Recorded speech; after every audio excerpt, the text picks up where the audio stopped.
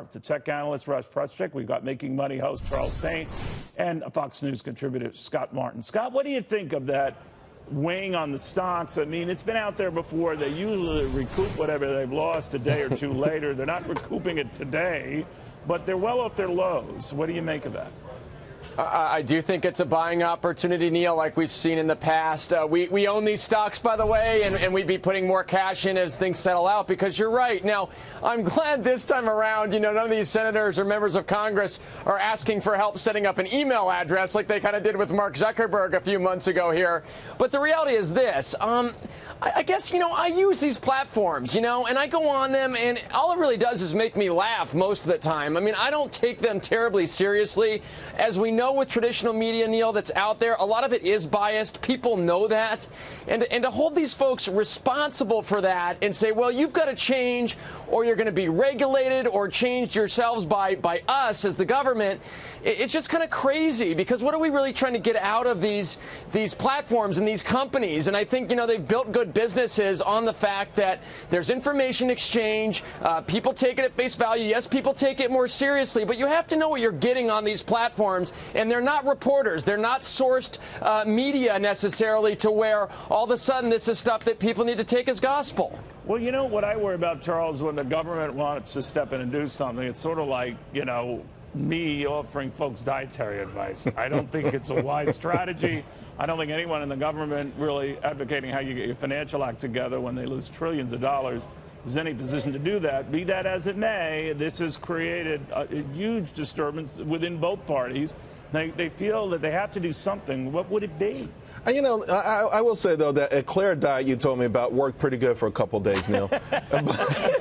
2 days. I did it. I just that was in a Good Housekeeping article. Go ahead. But you know what? They are going to have to accept greater responsibility. I understand what they started out as, and Jack Dorsey talked about being the public square. We're talking about a nation where newspapers are going out of business left and right. This is where people get their news and information. And while they don't have to necessarily police, per se, opinion, the idea that they can influence things and influence incivility or other things like that, I think comes a lot of responsibility. I will let you know, Neil, I've met with Jack Dorsey twice, and I've had some great conversations with him, and I believe in his heart of hearts he gets it, and I think he wants to do the right thing, and we'll see what happens. But I agree with you. You got to be careful, because once the government gets involved in this, then it also takes on has its own ramifications, which can be deadly for this industry. Russ, though, someone wants to see something done. They don't want to see any interference in the next election. And both of these folks were saying that's a very real possibility. I think Charles Sandberg was saying, the problem is first finding these fake accounts and then shutting them down. So apparently she's saying we've had a devil of time doing it. We can't do it. Twitter has kind of acknowledged the same. So aren't they asking for whatever the government is going to be doing? Yeah, I think what they're basically doing is trying to get rid of their liability, or at least mitigate their liability. They know that things will happen at this next election. Absolutely, there are agents already working to influence this next election. So they want to make sure, okay, we are not fully blamed for this. Now, the tricky part is you could flip on an algorithm and say, okay, the algorithm's going to control all this stuff. But then the algorithm can be worked by these foreign whoever.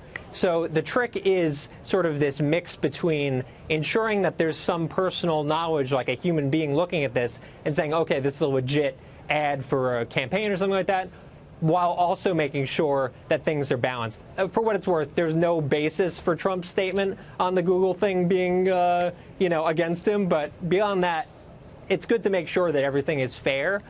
So long as, everyone is paying attention. That's really the key. Well, it depends how you view it. I mean, what the president was, complaining about, and correct me if I'm wrong, Scott, is that he was saying that, a lot of searches, political-related searches, are tilted and more friendly to the left. Now, I don't know detail by detail whether that's accurate, but a search engine will glean that from traditional media and cull its articles and resources from traditional media, which, and I don't want this into a right or left thing. I think it's fair to say on this, the media does and is a little left-leaning, and I'm being generous. So I'm wondering, Scott, if then the president has to do the next obvious thing, was what scares Republicans too, calling for regulation. That he said he's open to regulations. Larry Kudlow, I think, had mentioned maybe with you, Charles, that we would look at regulations down the road. That, I think, Scott, is what scares people. Yeah, it scares us as an investor and as we place client money in these firms because, as Charles pointed out, Neil, you know, that changes the face of these companies. It changes their whole business model. Now, similarly to Trump's comments, you know, I heard similar things about Hillary Clinton's email servers. You know, if you Googled those, you wouldn't always get the articles that said that there were all these emails on these servers and that they couldn't find them and things like that. So that maybe is another piece to that puzzle. Russ also said it too, though, Neil, is, look, to me, if you're going on these social media platforms, if you're Googling stuff and you're allowing your stuff to be influenced or allowing yourself to be influenced by what you read and what you see posted, you need to have the responsibility taken on to yourself to investigate that stuff that you're allowing to influence you and make sure it's real, make sure it lines up with the right sources and things like that. And that's something that takes time. Why, you know, and Charles, why should that be the user's job? Or we have our favorite sites, our favorite news sources. Some of them, Charles, you know, swear to everything you say on your show. They're misguided. But you know, what I'm wondering is, why should the government get involved in that? Pick and choose your places and leave it at that. Yeah, I don't disagree with that, but I do have to push back against Russ because it feels like it adds insult to injury to suggest that these algorithms, which are programmed by human beings who are 99% left-leaning, don't have ways of discriminating against conservatives or the president himself. You know, when my son was 10 years old, he had cheat codes for these video games. You know, there are ways that you can manipulate these systems, whether it's Google. Doesn't fall far from that.